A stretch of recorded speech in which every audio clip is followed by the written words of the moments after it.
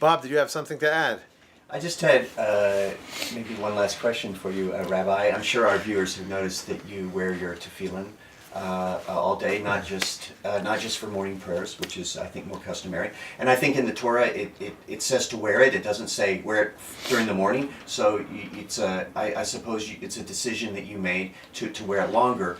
But and you can comment on that. But the real question I want to ask you is, what is the story about you and your decision to do that? When in your life did you make that decision, and what led you, what guided you to make that decision to wear it continually? Okay, well, the halakha, the Jewish law, is technically that you wear tefillin during the day. And one really should wear tefillin all day. Okay?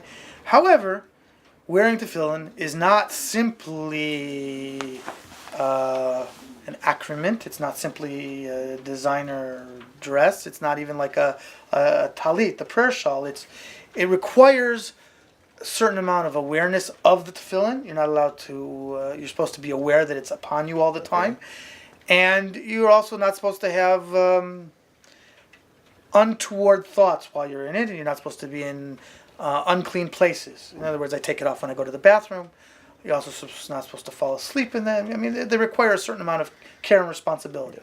So most people, despite the fact that the halakha does say that one is permitted to and one ideally should wear tefillin all day, most people put them on first thing in the morning, and it does say one is required to wear tefillin when he says the Shema, the yoke of blessing, which talks about the tefillin, and also prayer, right? It doesn't say shachari. Yes. It just says prayer.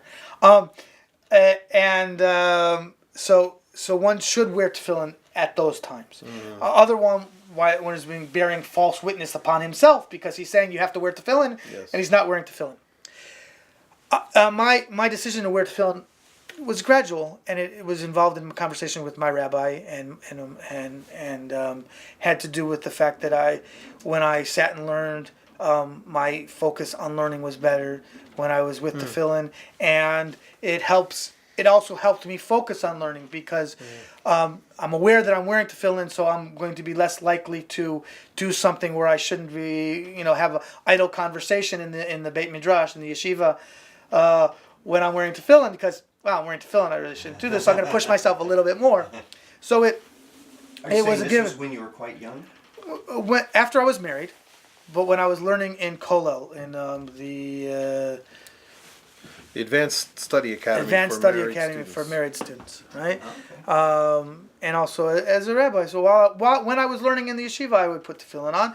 And it started gradually, actually, according to the Chida. One should stay in talit and tefillin after finishing prayer and learn a little bit, so that one's basically saying to God, look, I wish I could be in tefillin all day, but I know my weaknesses, and so I'm going to at least do 10 minutes, half an hour in talit and tefillin to show that that's my desire. And as with everything, the more we show God our desire, He helps us do more, help us fulfill our proper desire. So again, it's a give and take. It's a cyclical. Yes. So I started that way. And then, you know what, I could stay a little bit longer, and then I started putting on tefillin when I would say Birkat HaMazon, the grace after meal, which it's good to put tefillin on after one finishes the morning meal.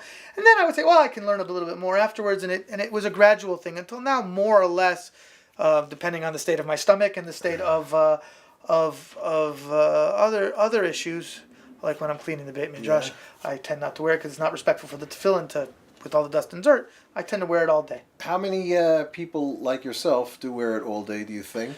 Is this something that happens also abroad or only in Israel, do you think? I've never seen it abroad. I know that there are certain groups of Jews that do. In Israel, the Zilberman students all wear tefillin all day, even at a young age. Also, I know a couple dozen people that do so. I know different people that sometimes wear them during the day. Where I sometimes learn during the day when I can take a break and go and sit and just learn. I teach my kids at home. So but we're talking there are about a couple maybe people there. 100 or a few hundred people in the entire world that have accepted upon themselves this tradition or even this. You don't really have to accept it upon yourself because it's But they're doing it. yeah, they're doing it. Yeah, but accepting Fascinating. suggests an added No, okay, I vow, understand. Okay, no, and no, I want to no. be Mean clear that- that they didn't take a Okay. vow. Right, very good. Thank you very much, Rabbi Ben Shor. I'm looking forward to having another interview with you soon, and I hope that we'll be able to do it even in the chamber of the Yud Stum. Bezrat Hashem. Thank you.